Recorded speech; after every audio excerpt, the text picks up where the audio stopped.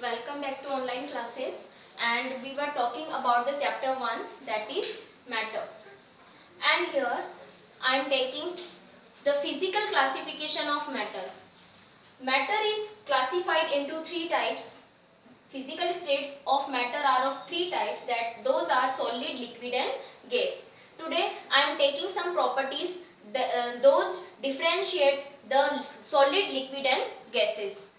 First is shape. You know that solid has a specific shape. Solids क्या करते हैं? Specific shape रखते हैं. कोई भी solid जो होता है उसकी एक specific shape होती है. But liquid की कोई भी शेप नहीं होती है. अगर हमने किसी 1 लीटर पानी को 1 लीटर वाटर को अगर हम किसी बाउल में डालते हैं तो वो बाउल का शेप ले लेता है. हम उसको ग्लास में डालते हैं तो वो ग्लास का शेप ले लेता है. अगर हम उसे मग में डालते हैं तो वो मग का शेप ले लेता है. अगर हम उसे बकेट में डालते हैं तो वो बकेट का शेप ले लेता है. तो लिक्विड का शेप क्या नहीं होता है? फिक्स नहीं होता है.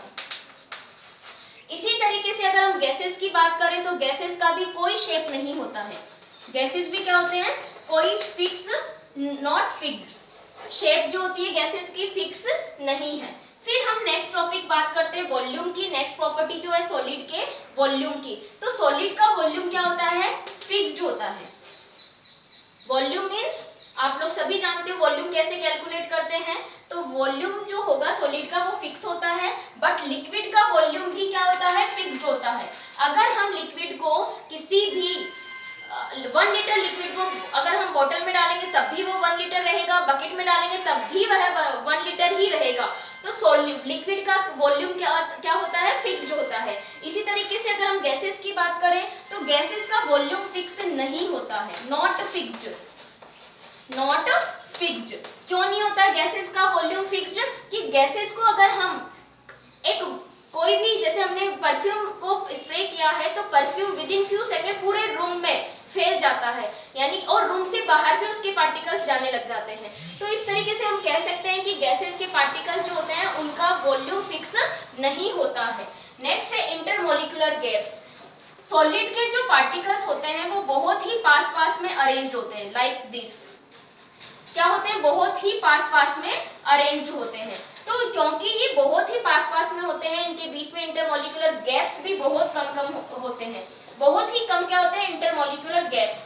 ठीक है. जबकि लिक्विड में क्या होते हैं? पार्टिकल्स थोड़े दूर होते हैं. अब पार्टिकल्स दूर होते हैं तो नंबर ऑफ पार्टिकल्स क्या हो जाते हैं? कम हो जाते हैं. गैसेस की बात करें तो गैसेस में क्या होते हैं? पार्टिकल्स और भी दूर होते हैं. तो क्योंकि पार्टिकल्स बहुत ज्यादा दूर होते हैं उनके बीच में इंटरमोलिकुलर गैप्स बहुत ज्यादा होते हैं. तो पार्टिकल्स की संख्या एक स्पेसिफिक वॉल्यूम में क्या हो जाती है? डिक्रीज हो जाती है. नेक्स्ट हम बात करते हैं इंटरमोलिकुलर अट्रैक्शन फोर्सेस.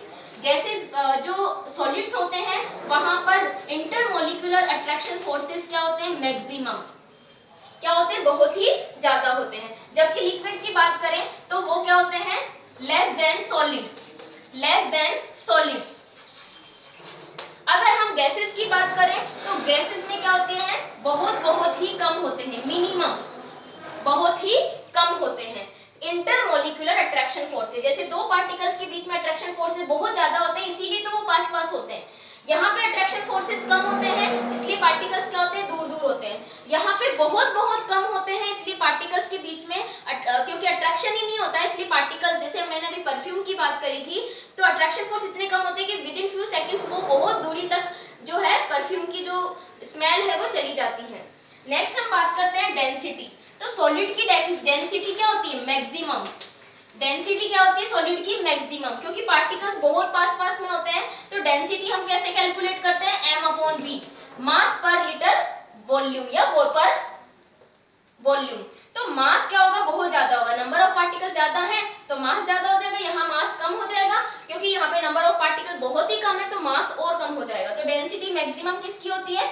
सॉलिड की. Than less than solid. और सबसे कम जो डेंसिटी होती है वो गैसेस की होती है.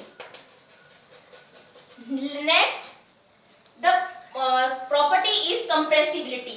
एंड कंप्रेसिबिलिटी मींस किसी भी जो गैस, सॉलिड लिक्विड गैस है उसको कंप्रेस करना, प्रेशर लगा के उसके पार्टिकल्स को नजदीक लाना. ये मेरे पास में एक चौक है. अगर मैं इसको कंप्रेस करना चाहूंगी, प्रेशर अप्लाई करती हूँ तो ये कंप्रेस नहीं होता है, और अगर मैं इस पर ज्यादा प्रेशर लगाती हूँ तो ये टूट जाएगा, लेकिन कंप्रेस नहीं होगा। तो कंप्रेसिबिलिटी यानी दबाना, ठीक है, प्रेस करना। तो कंप्रेसिबिलिटी सॉलिड में देखने को नहीं मिलती है, नॉट सीन इन सॉलिड्स। इसी तरीके से अगर ग्लास, एक पानी का ग्लास फुल भरा हुआ है, तो अगर हम उसे वाटर को कंप्रेस करके उसमें और पानी डालना चाहे तो ये पॉसिबल नहीं है। तो हम बोल सकते हैं कि compressibility not seen in liquid also, liquid में भी कंप्रेसिबिलिटी देखने को नहीं मिलती है। But in gases compressibility is seen, compressibility is scene.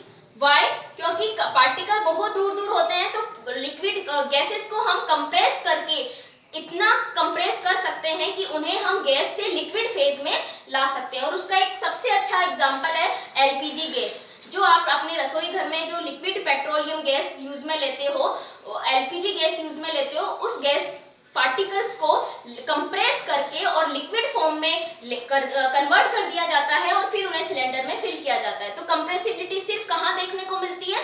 Gases में देखने को मिलती है। तो इस तरीके से ये कुछ प्रॉपर्टीज है जिसके बेसिस पर हम सॉलिड लिक्विड गैसेस को क्लासिफाइड कर सकते हैं, उनके बीच में डिफरेंस पता कर सकते हैं। Thank you.